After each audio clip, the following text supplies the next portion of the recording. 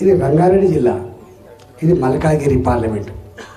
ఇక్కడ చదువుకున్న వాళ్ళు, నౌకరీ చేసిన వాళ్ళు ఇక్కడనే ఉంటారు, రిటైర్డ్ వాళ్ళు ఇక్కడనే ఉంటారు. దేశవ్యాప్తంగా ఉన్న హైదరాబాద్కి వస్తే వాళ్ళు బయటికి పోరు, మళ్ళీ ఇక్కడనే శ్రీనివాసం ఏర్పాటు చేసుకుంటారు. ఇలా ఇది మినీ ఇండియా, ఇది మినీ ఇండియా. మల్కాజ్గిరి ఒక మినీ ఇండియా.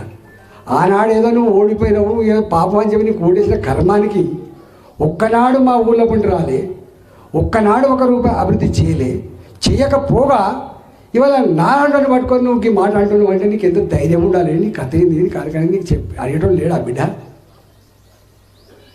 అధికారం రాగానే ఏది పడుతుంది మాట్లాడితే సహించడానికి ఎవరు ఉండరు. దానికి నువ్వంటే నీ జయజమ్మ అది ఉంటాడు, గుర్తుపెట్టుకో. రేపు తప్పకుండా ఇక్కడ మల్కాజ్గిరిలో ఈ 200 కోట్లకో ఈ బ్రోకర్ మాటలకో ఇక్కడ నడిచే ప్రసక్తి లేదు. ఇక్కడ ఖచ్చితంగా ధర్మం, న్యాయం మాత్రమే నడుస్తుంది.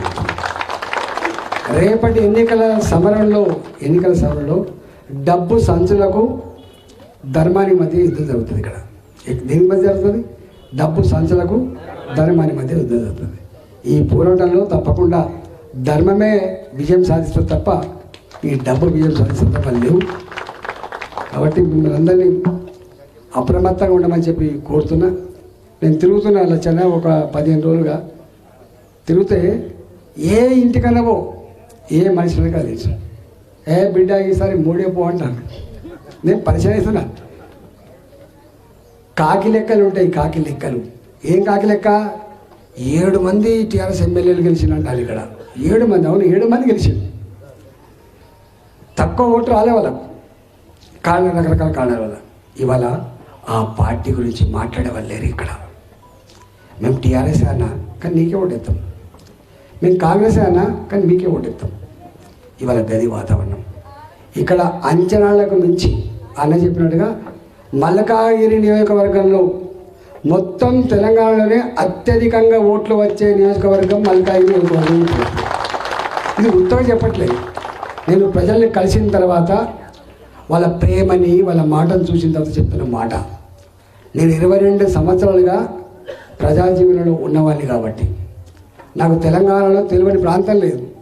తెలంగాణలో పరికించినటువంటి వాళ్ళు ఎవరు ఉండరు కాబట్టి 22 ఏళ్ళుగా ప్రజల నాడి తెలిసిన వాడిగా, ప్రజల అంతరంగం తెలిసిన వాడిగా నేను ఈ మాట చెప్పిపోతున్నా.